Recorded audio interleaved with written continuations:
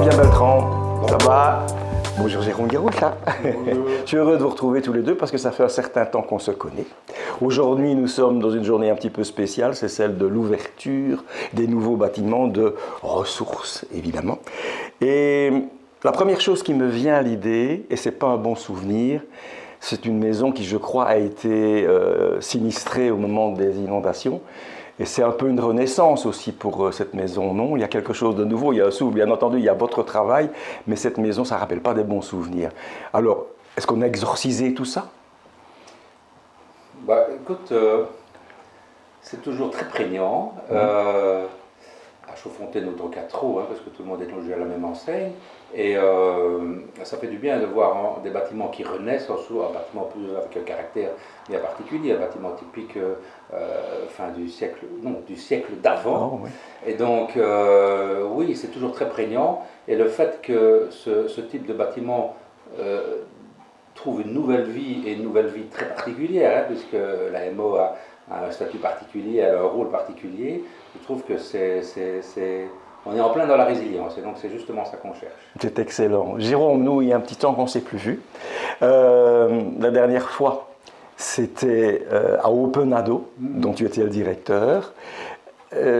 Dis-moi, tu t'occupes tout le temps de la jeunesse, hein, la jeunesse qui est moins favorisée, on va dire ça. C'est quoi? Ton travail, est-ce que c'est une vocation? Voilà, je n'ai pas d'autre mot, parce que tu es tout le temps dans le bien-être des mal-lotis, et des jeunes mal-lotis. Alors, est-ce que c'est une vocation? En tout cas, c'est vrai que ça a parcouru toute ma carrière, parce que j'ai commencé à travailler dans un service éducateur de rue au tout début de ma carrière, et je pense que ça m'a donné la voie de m'intéresser effectivement aux personnes les moins nanties, les moins aidées et les plus fragiles.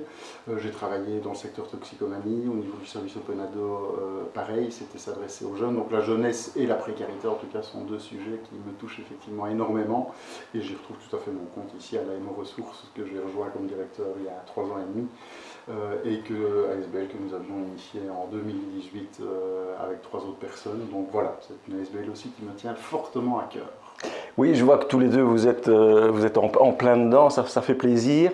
Quelque part aussi, ça rassure. Alors, il y a un mot que je ne connaissais pas, c'est l'adonomie. Alors, c'est quoi l'adonomie? Alors ça, c'est lui qui te l'explique. C'est lui qui va répondre. Beaucoup plus que moi, parce que lui, c'est le technicien. Alors, je suis plus l'administratif. Adonomie n'est pas un mot en soi, c'est que Oui, je m'en doutais. pour mener ce type de projet, donc il y a un projet d'accompagnement de jeunes vers leur prise d'autonomie, pour être complet. Jeunes ados. Jeunes ados de 18-22 ans. Ça nécessite des moyens financiers, et comme dans tout appel à projet pour aller chercher des fonds, on nous demande toujours de donner un nom à nos projets. Donc simplement, c'est la compilation de adolescents et de autonomie. Ça nous a donné Adonomie, tout simplement. Mais c'est chouette. En tout cas, je ne vais pas vous retenir très longtemps parce qu'il y a du monde qui vous attend à l'extérieur. Je crois qu'il y a plein de gens qui ont envie de vous soutenir de toute façon. Et nous aussi. Nous aussi, avec City Light TV, nous avons dans notre ligne éditoriale, nous avons dans cette ligne éditoriale aussi l'enseignement. Mais il y aura aussi effectivement la jeunesse en difficulté, parce que je crois que c'est quelque chose d'important à suivre, de faire ça sérieusement. On reviendra vers vous de temps en temps, on fera le point.